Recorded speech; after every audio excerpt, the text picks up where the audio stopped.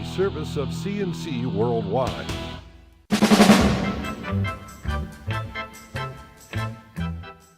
CNC Podcasts are a service of CNC Worldwide, brought to you by the Greece Chamber of Commerce, providing more than 800 member companies with business solutions since 1984. Power was restored in Greece Tuesday night after an overloaded cable fell Tuesday afternoon onto Long Pond Road. Rochester Gas and Electric said the heat and heavy electric load caused that cable to fail near Long Pond and Ridgeway Avenue.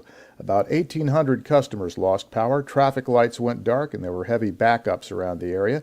There were other temporary outages later in Gates and Webster, but most all were restored by late Tuesday night.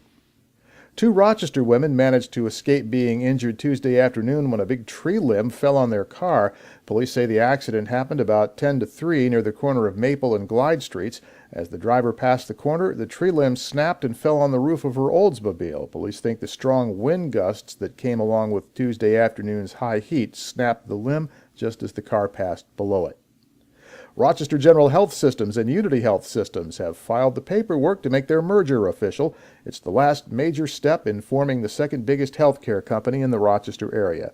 The new board of directors will be named and hold its first meeting on July 9th.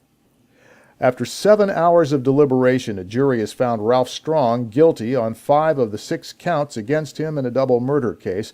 Strong was found guilty of murdering Jemiah Singleton and Reggie Johnson a year ago outside a nightclub on Central Avenue. He was also found guilty of attempted aggravated murder of a police officer for shooting and wounding Rochester Police Sergeant Flamur Zenilovic. The sergeant was trying to arrest Strong after a high-speed chase. State troopers have charged one of the men caught in Livingston County Tuesday morning with first-degree assault for a shooting Monday night in the village of Bath. Stephen Alexander of Rochester also faces additional charges. Investigators are still talking with witnesses. State police say Alexander and 2 other men fled from Steuben County north into Livingston County. They refused to pull over for Livingston County deputies. There was a chase. Eventually, they crashed their SUV in Lima and ran. 2 were arrested crossing a cornfield on the Livingston-Monroe County line in Mendon. The third stole a bicycle and tried to brazen it out by riding through a police checkpoint in Lima, but was found out and arrested. State police say Monday's crash on the thruway in Mendon was caused when a commercial truck hauling a construction dumpster suddenly veered across the center median and hit a pickup truck head-on. The 2 men in that pickup truck were killed. Troopers say they were 51-year-old Michael Pearson of Batavia and 25-year-old Christopher Reinheimer of Darien in Genesee County. Troopers say the original collision damaged a guardrail and shoved it into the westbound travel lanes. A tractor-trailer then hit that guardrail, and it tore the fuel tank apart, triggering the fire seen in the photos. 2 vehicles coming up behind that truck then crashed into each other as one spun out on the debris, and a 6th vehicle crashed into the debris, although it missed getting into the main wreck.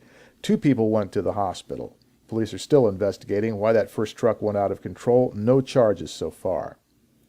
A 20-year-old Rochester man was arrested for firing the shot that hit a 14-year-old girl last week. Rochester police say Jamad Kyrie McCulloch has been charged with 2 counts of assault, 2 counts criminal possession of a weapon, and the same for prohibited use of a weapon. He pleaded not guilty.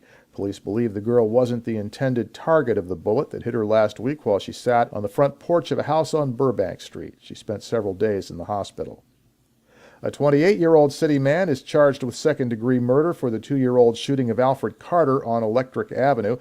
Robert Forbes was arrested after an investigation by Rochester police and the ATF. Your next CNC podcast is whenever you click on one of our pages and catch one. We post updates as necessary. I'm Bud Lowell, CNC News.